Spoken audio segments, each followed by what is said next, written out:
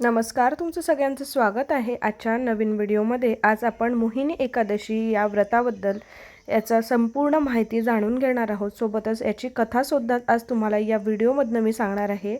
Video save करून ठेवा। मोहिनी एकादशी ज्या दिवशी येणार आहे ती आत्ता येणार आहे, इतक्यात मे महिन्यामध्ये असणार आहे। मी तुम्हाला संपूर्ण माहिती या व्रताबद्दल सांगणार आहे, म्हणून व्हिडिओ नक्की पूर्ण ऐका। वैशाख महिन्याच्या शुक्ल पक्षाच्या एकादशीला मोहिनी एकादशी म्हणतात। धर्मशास्त्रानुसार ही तिथी सर्व पापांना दूर करणारी आहे। या व्रताच्या प्रभावाने मनुष्याला मोह आणि पापापासून मुक्ती मिळते। व्रतविधी जो व्यक्ती मोहिनी एकादशीचे व्रत करत असेल त्याने आदल्या दिवशी अर्थात दशमी तिथीच्या रात्री व्रतांच्या नियमांचे पालन केले पाहिजे। व्रताच्या दिवशी एकादशी तिथीला व्रत करणाऱ्याला सकाळी सूर्योदयाच्या आधी उठायला पाहिजे आणि स्नान आदी करून स्वच्छ वस्त्रे धारण केले पाहिजे। या दिवशी विष्णूसोबत रामाची देखील पूजा केली जाते। व्रताचे संकल्प घेतल्यानंतरच व्रत करायला पाहिजे।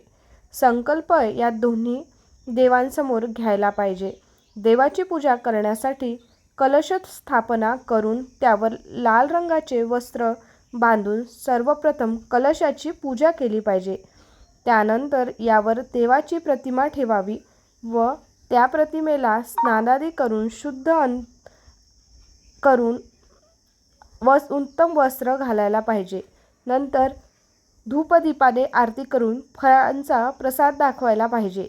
तो प्रसाद वितरित करून ब्राह्मणांना भोजन आणि दानदक्षिणा द्यावी।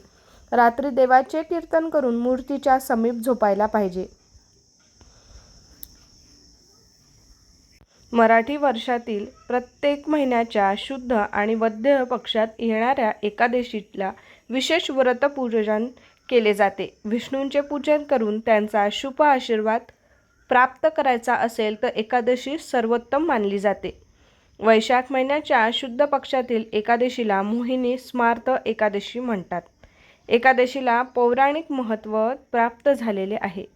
मराठी वर्षात येणाऱ्या प्रत्येक एकादशीचे महत्त्व आणि महात्म्य वेगवेगळं आहे। मोहिनी एकादशीचा मुहूर्त, महत्त्व, मान्यता, व्रतपूजनाची सोपी पद्धत जाणून घेऊया। तत्पूर्वी चॅनलला सबस्क्राईब करायला विसरू नका। मोहिनी एकादशीला भगवान विष्णूचे मोहिनी रूप मानले जाते। समुद्र मंथनानंतर बाहेर पडलेल्या अमृत कलश मिळवण्यासाठी देवता आणि राक्षसांमध्ये वाद झाला। हा वाद पाहून देवतांनी भगवान विष्णूंची मदत मागितली। मग राक्षसांचे लक्ष कलशाच्या अमृतापासून दूर करण्यासाठी भगवान विष्णूने मोहिनीचे रूप धारण केले। भगवान विष्णूंचे सुंदर स्त्रीरूप पाहून राक्षस आकर्षित झाले।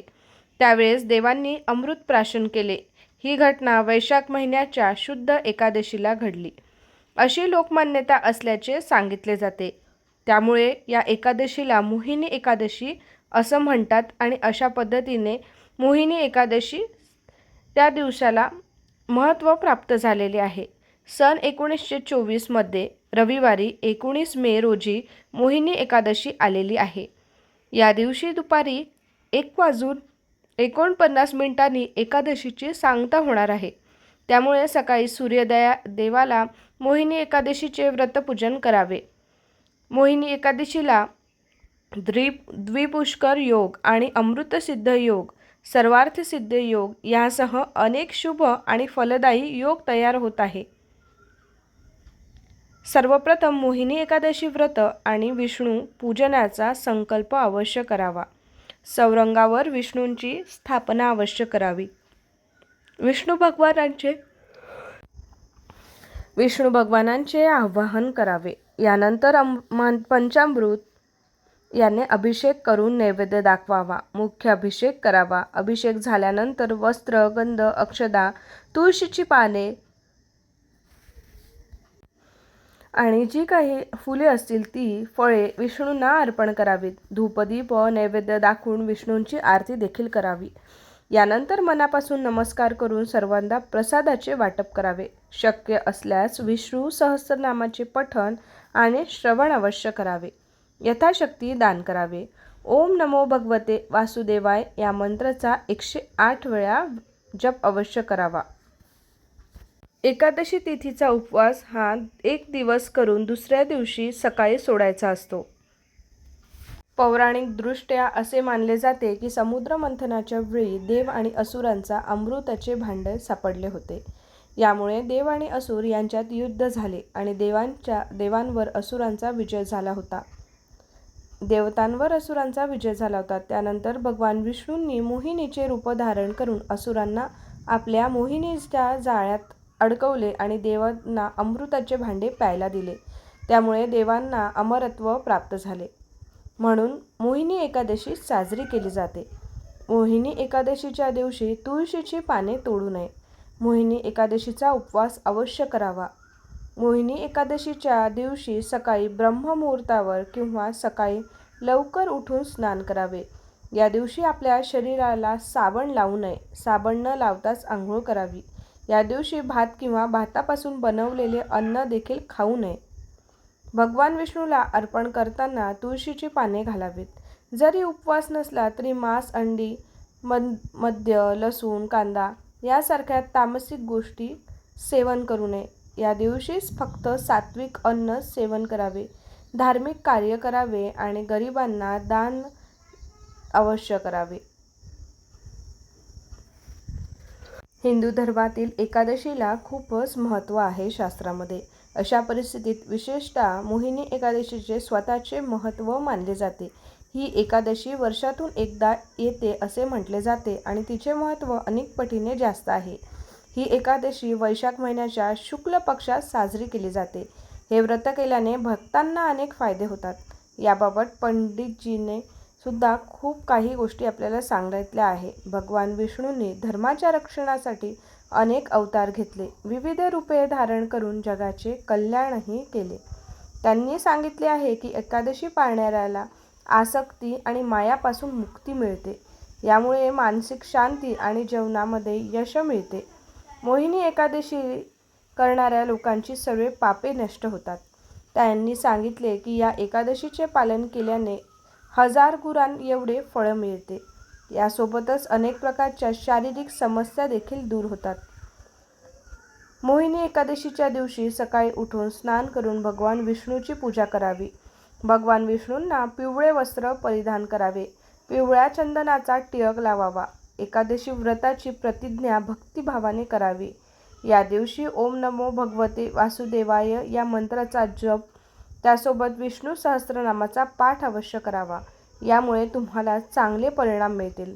याचबरोबर सांगितले आहे की पठण संपल्यानंतर पंचामृत आणि तुळशीची पाने श्रीहरींना अर्पण करावीत. यामुळे तुमच्या घरामध्ये सुख समृद्धी कायम राहण्यास मदत मिळते.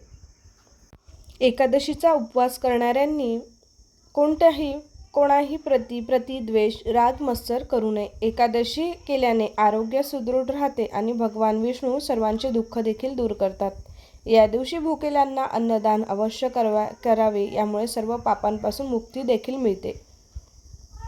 तसेच मडक्यात सूर्यदेवाला जल अर्पण केल्यानंतर मडक्यात थोडे पाणी घेऊन एकादशीचे व्रत करण्याची प्रतिज्ञा करावी. यानंतर घरातील लाकडी पाटावर लाल कपडा टाकून भगवान विष्णू आणि देवी लक्ष्मीची मूर्ती स्थापित करावी. त्यांना पिवळी फुले, चंदन, पिवळे वस्त्र इत्यादी अर्पण करावे. यानंतर एकादशी व्रताची कथा वाचावी किंवा हवे असल्यास कोणाकडून ती ऐकून घ्यावी. चला आता तुम्हाला कथा सांगते. महर्षी पौराणिक मान्यतेनुसार मोहिनी एकादशीची कथा महर्षी वशिष्ठ यांनी भगवान श्री रामचंद्रजींना सांगितली होती. धार्मिक ग्रंथांमध्ये मोहिनी एकादशीची तिथी अत्यंत पवित्र मानली जाते. या एकादशीचे व्रत केल्याने संपूर्ण वैशाख महिन्यातील दानाचे पुण्य देखील मिळते. वैशाख महिन्यातील शुक्ल पक्षातील ही एकादशी सर्व पापदुःखांना नाश करणारी आणि सौभाग्य संपत्तीची आशीर्वाद देणारी मानली जाते. या व्रताचे पालन केल्याने मनुष्य सर्व त्रासापासून मुक्त होतो. मोहिनी एकादशीची व्रताच्या कथेनुसार सरस्वती नदीच्या काठी भद्रवती नावाच्या नगरीत ऋतिमान नावाचा चंद्रवंशी राजा राज्य करीत असे. धनपाल नावाचा एक श्रीमंत आणि सद्गुणी वैश्यही राहतो. तो अत्यंत धार्मिक आणि विष्णूंचा भक्त होता. त्यांनी शहरात अनेक उपहारगृहे, तलाव, विहिरी, धर्मशाळा इत्यादी बांधल्या होत्या. आंबे, काळे, कडुनिंब आदींची अनेक झाडेही रस्त्यावर लावण्यात आलेली होती. त्यांना सुमना, सद्बुद्धी, मेधावी, सुकृती आणि दृष्टबुद्धी असे 5 पुत्र होते. यापैकी 5वा मुलगा दृष्टबुद्धी हा मोठा पापी होता. तो पूर्वज वगैरे मानत नव्हता. तो वेश्या आणि अनैतिक लोकांच्या संगतीत जुगार खेळायचा, इतर स्त्रियांसोबत आनंद लुटायचा, दारू आणि मांस असेही खायचा. तसेच वडिलांच्या संपत्तीचा तो नाश करायचा आणि गैरकृत्यांमध्ये करत असे. या कारणांमुळे वडिलांनी त्यांना घराबाहेर हाकलून दिले. घर सोडल्यानंतर त्याने दागिने, कपडे विकून आपला उदरनिर्वाह केला. जेव्हा काही सर्व नष्ट झाले तेव्हा वेश्या आणि अश्लील मित्रांनी त्याचा त्याग केला.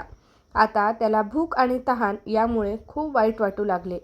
आधार नाही बघून तो चोरी करायला लागला. एकदा तो पकडला गेला की तो एका वैश्याचा मुलगा असल्याची ताकीद देऊन त्याला सोडण्यात आले. मात्र दुसऱ्यांदा तो पकडला गेला त्यावेळी त्याला शाही आदेशाने तुरुंगात टाकण्यात आले. तुरुंगात त्याला त्याचा अपार यातना सहन करावा लागला.